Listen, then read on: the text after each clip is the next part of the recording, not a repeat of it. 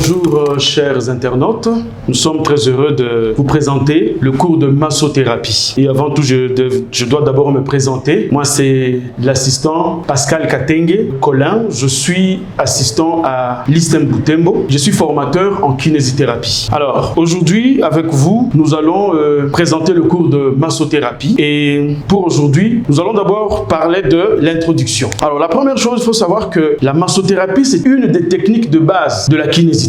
Mais certains voudront poser la question, c'est quoi la kinésithérapie? La kinésithérapie, étymologiquement, c'est l'art de guérir par le mouvement. Donc, étymologiquement, kinésis signifie mouvement et thérapie, c'est le traitement. Alors, dans son évolution, le terme a recueilli plusieurs significations, notamment dans les pays anglo-saxons, où le mot physiotherapie, ça c'est en anglais, désigne la même chose, mais singularise la portée d'utilisation des agents physiques, en plus de mouvement qui semble l'élément central de l'appellation kinésithérapie.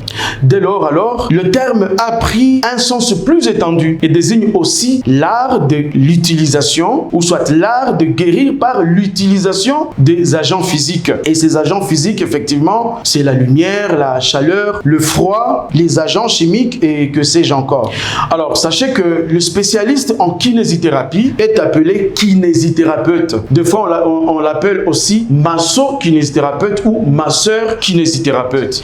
Dans certains pays, on l'appelle aussi physiothérapeute. Alors, dans l'usage, le terme physiothérapie se confond avec celui de kinésithérapie. Ainsi, en conclusion, on peut dire que les praticiens de la kinésithérapie est appelé kinésithérapeute dans certains pays. On l'appelle aussi physiothérapeute dans d'autres pays. On l'appelle, par exemple en France, on l'appelle masseur-kinésithérapeute. Et dans les pays anglo-saxons, on l'appelle physiothérapeute. Ça, c'est en anglais. Alors, les objectifs de ce cours, comme objectif général, l'étudiant, ou soit l'apprenant qui suivra ce cours avec attention, sera capable de maîtriser et de mettre en pratique les manœuvres de base de massage. Nous allons voir, lorsque nous serons en train d'évoluer avec le cours, les nombres, toutes les sortes de massages. Ça, c'est l'objectif général. Et comme objectif spécifique, premièrement, l'étudiant connaîtra les moyens qu'utilise la kinésithérapie pour soigner. Quels sont les moyens que doit utiliser la kinésithérapie pour soigner? Deuxièmement, mettre en pratique les manœuvres de base du massage. On ne doit pas finir un cours de massothérapie sans être capable de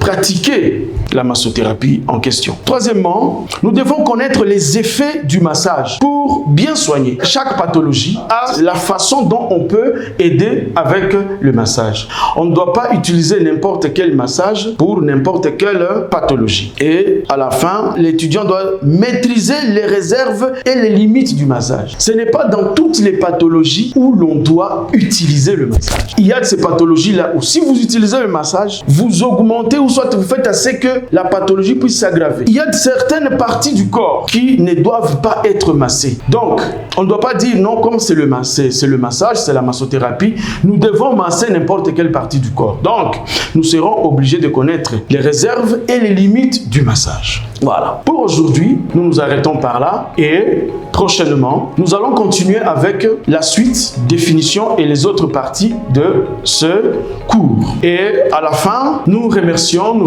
la maison qui nous a accueillis pour présenter ce cours, Speedsoft Haïti, et nous sommes très contents et très heureux d'être avec eux. Nous vous remercions.